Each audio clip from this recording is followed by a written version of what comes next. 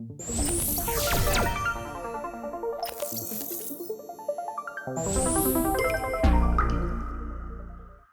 허블이 우주 팽창을 확인한 후에 이게 계속해서 팽창하고 있으면은 이게 줄어들려면은 시간을 거꾸로 해서 타임머신 가지고 올라가 봐요. 맨 마지막에는 줄어들어 가지고선 이 한 점과 같은 티끌만한 크기가 될 거예요. 그래서 강호프라는 사람이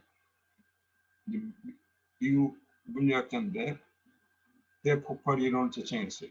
지금부터 한 150억 년 전에 무한히 작고 무한히 초고온이고 뜨겁고 초고밀도의 티끌만한 우주가 대폭발을 해서 계속해서 팽창하면서 온도가 내려가고 전기 우주가 됐다. 그래서 이러한 대폭발 이론은 과학적인 근거에 의해서 실험으로도 이제 증명이 됐어요. 이론이. 그래서 우주 창조의 전설을 두고 있습니다. 대폭발이 하는 한 점에서부터 지금 대폭발하는 것에 따라서 보여지는 사실이고, 대폭발이 일어난 후에 우주가 어떻게 진화했느냐. 대폭발이 일어나고서 3초가 지났을 때, 그리고 3분이 지났을 때는 양성자와 중성자, 적임자 이런 수소의 원자핵 같은 것이 생겼고요.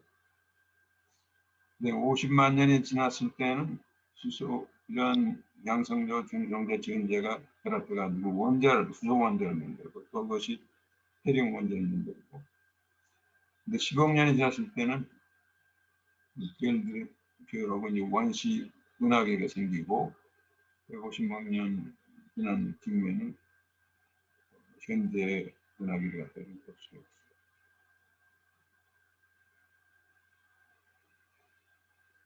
그러면 우주가 이 대폭발을 해서 이렇게 한 점에서부터 팽창을 해가지고 현재 우주가 됐으면은 증거가 있어야 될 거예요.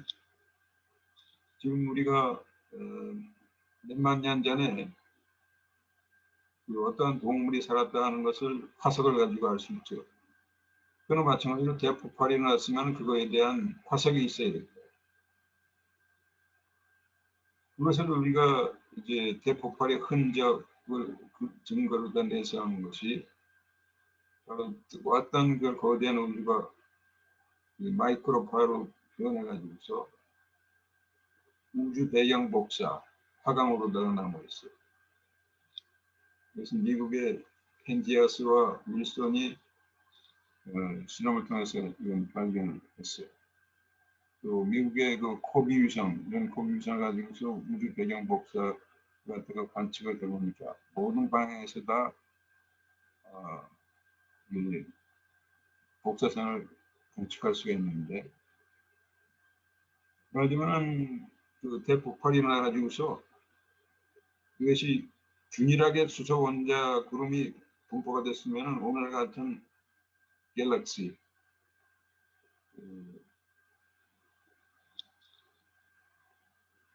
은하계를 볼 수가 없을 건데, 은하계가 있는 것은 물질이 더 많이 모여 있는 것이고 은하계가 없는 것은 빈 공간이고, 그렇기 때문에 그 물질 밀도가 이제 다른 크고 적은 것이 있어야 될 거다. 그래서 실제로 그 우주 배경 복사를 갖다가선 분포망원경을 가지고 측정을 해보니까 이것은 컴퓨터로도 합성한 우주 배경 복사 모양인데, 분홍색이 맞으면 뜨거운 부분이면은 차가운 부분은 이렇게 하는데, 그러니까 이게 균일하게 분포되어 있지 않고 이렇게 불균일하게 분포가 되어 있는 모양으로 이렇게 됐어요. 그럼 별의 탄생은 어떻게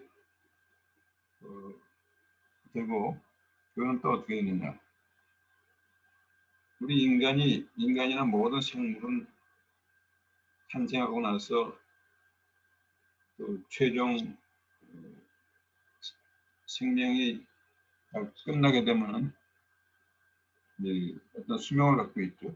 그런 마찬가지로 별도 탄생하게 되면 다시 어느 기간 동안 전지가 들어가서 소멸을 거둬요. 우주 공간의 물질은 80%가 수소고 20%가 헬륨 기체가 되어 있습니다. 별의 탄생은 대폭발 후에 100만 년이 경과했을 때 수소 기체의 구름이 있게 있으면 그것이 자체 중력으로 수축하면서 핵융합 반응을 해서 헬륨을 만들어요.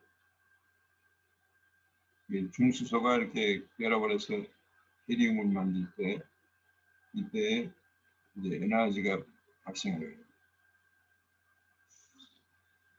그것이 바로 별을 빛나게 만드는 거예요. 안정된 별이라는 것은 태양 같은 거는 50억 년 전에 생성이 됐는데 태양 내부에서는 중수소가 결합해가지고 이러한 헬륨으로 바뀌어지는 핵융합 반응이 계속 일어나고 있습니다. 그래서 중력에 의해서 수축하라는 그런 힘이 있고 핵융합으로 기체가 팽창하려는 그런 압력이 있는데 이것이 뒤지면서 태양과 안정된 소리를 은하계 근처에 성운 속에서 별이 탄생했대요. 수소기체가 있지만 수소기체의 큰 자체 중력으로 인해서 수축이 되면서 핵융합 반응이 생기고 이때 이제 별이 이렇게 탄생하게 됩니다.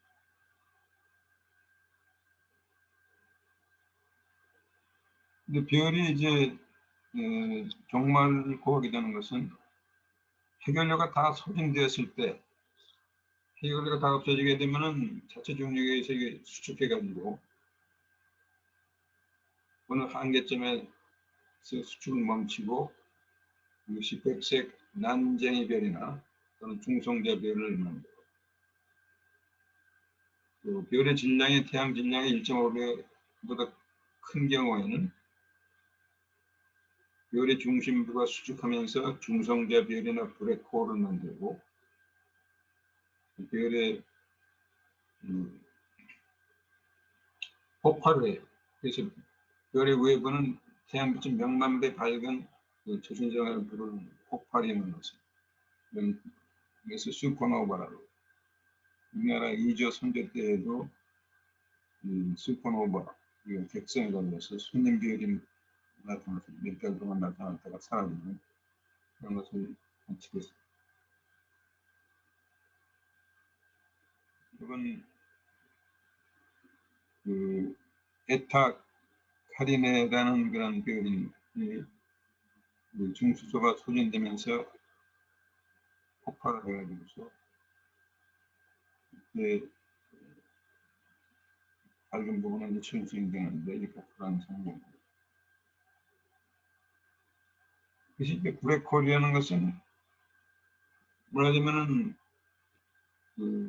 거대한 물질의 전체에 태양의 수억 배에 해당하는 그 거대한 질량을 가진 고밀도의 모든 물체를 갖다서 다 흡수하고 또 빛까지도 흡수하는 그런 대상을 갖다가 우리가 블랙홀이라고 얘기해요. 이 모양도고 실제로 그 블랙홀을 관측도 할 수가 있어요.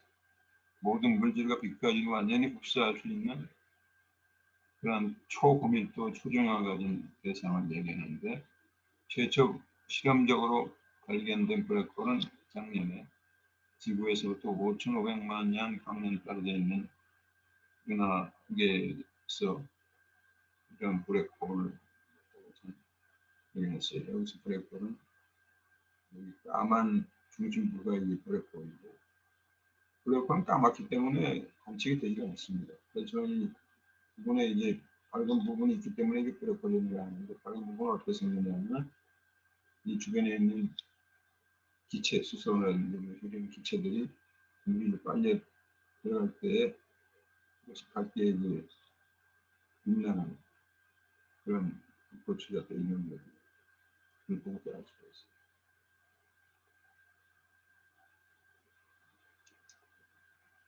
최초 발견된 블랙홀의 동영상을 한번 보겠습니다. 빛까지 빨아들이는 강력한 중력 탓에 인류 역사상 블랙홀을 눈으로 본 사람은 지금껏 아무도 없었습니다. 그래서 그동안 상상만으로 그려오던 블랙홀의 실체가 처음으로 관측됐습니다.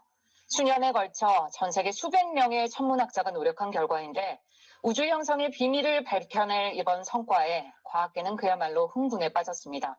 블랙홀의 모습 정하영 기자가 보여드립니다. 지구에서 5,500만 광년 떨어진 은하 M87의 중심부, 도넛 모양의 노란 빛 가운데 검은 원형이 모습을 드러냅니다. 태양 질량의 65억 배의 무게, 지름 160억 킬로미터에 달하는 초대형 블랙홀입니다. 국제 연구진이 이론으로 추정만 해온 블랙홀의 실제 모습과 크기, 무게를 실측하는 데 성공했습니다. And this is the strongest evidence that we have to date for the existence of black holes. And it is also consistent, the shape of this shadow, to the precision of our measurements with Einstein's predictions. 빛마저 빨아들이는 강한 중력 탓에 인류는 그동안 블랙홀을 제대로 볼 수 없었습니다.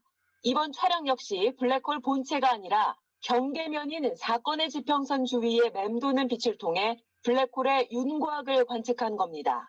사상 첫 블랙홀 관측을 위해 세계 각지의 전파 망원경 8대를 연결해 지구 크기 규모의 거대 가상 망원경을 만들었습니다. 미국의 허블 천체 망원경보다 1000배 이상의 해상도를 확보한 셈입니다. And we now have an entirely new way of studying general relativity and black holes that we never had before. And as with all great discoveries, this is just the beginning. 우리 과학자들을 포함해 전 세계 200여 명의 천문학자가 참여한 이번 연구 결과는 7개 국가에서 동시 생중계로 발표됐습니다. 아인슈타인의 일반 상대성 이론을 100여 년 만에 입증하면서 우주 형성과 진화의 비밀을 여는데 한 발짝 더 다가서게 됐습니다. KBS 뉴스 정하연입니다. 이 사진은 지구에서 16만 광년 거리 떨어진 마젤란 상원석의 초신성입니다. 초신성 폭발하는 장면이 이것부터 초신성입니다. 감사합니다. 오늘 강연은 이상으로 끝내겠습니다.